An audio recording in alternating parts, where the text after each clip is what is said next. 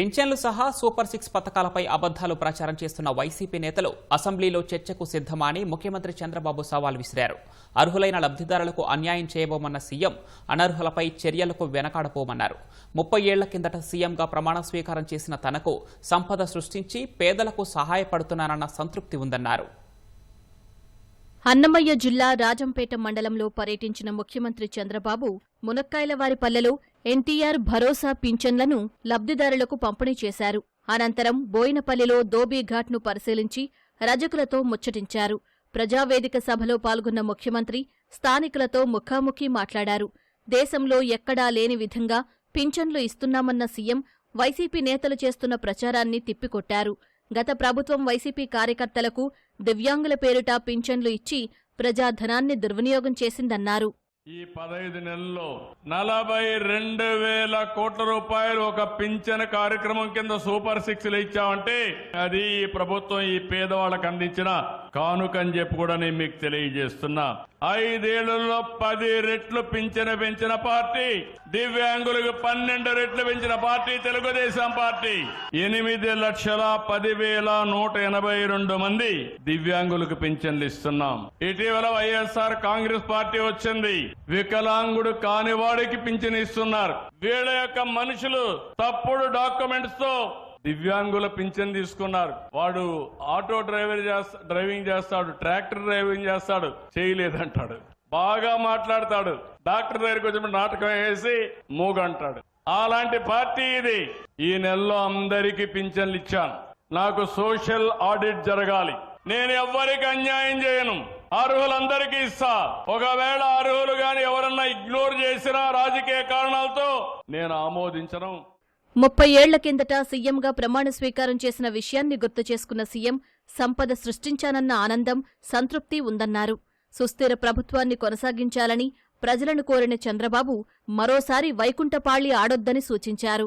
సంపద సృష్టించడం చేతనైతే సంక్షేమ కార్యక్రమాలు ఇస్తాం.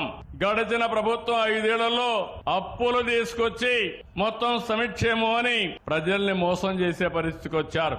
ఆదాయాన్ని పెంచి అభివృద్ధి చేసి అందులో పేదవాళ్ళని ఆదుకుని మళ్లీ అభివృద్ధి చేసి ఎప్పటికప్పుడు పేదవాళ్ళని ఆదుకునే విధానానికి నేను శ్రీకారం చుట్టాను.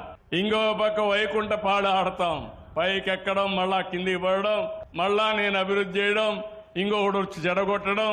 ఈసారి మాత్రం జరగడానికి వీలు లేదు. 30 ఏళ్లు నన్ను చూశారు.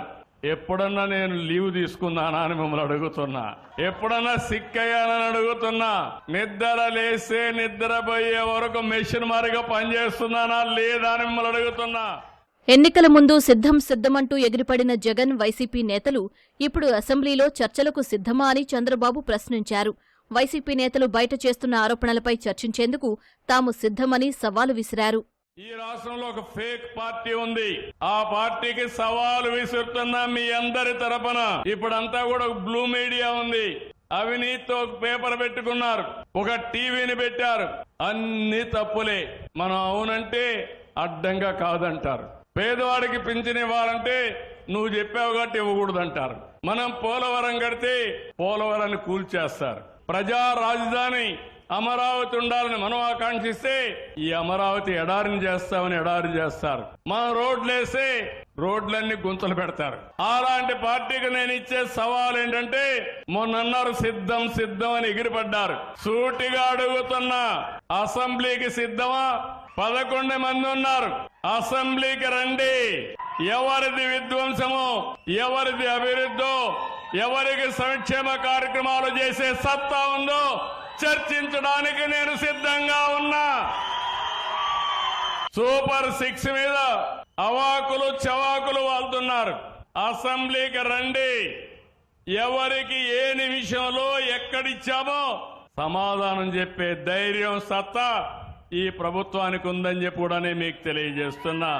రాష్ట్రంలో పెట్టుబడులు కడాన నిన్న జరిగిన పులివెందల ఎన్నిక కూడా ఒంటిమిట్ట ఎన్నిక, ఇక్కడ జరిగిన ఎన్నికను గురించి మాట్లాడడానికి సిద్ధం. బాబాయ్ గొడ్డలు వేటు కూడా చర్చించడానికి మనం సిద్ధంగా ఉన్నాం.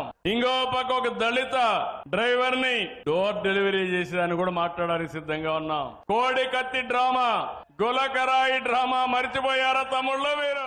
ముందుగా చెప్పినట్లుగానే రాయలసీమకు కృష్ణా జలాలను తీసుకొచ్చామన్న సీఎం రాబోయే 3 ఏళ్లలో రాజంపేట నియోజకవర్గానికి సాగునీరు అందిస్తామన్నారు.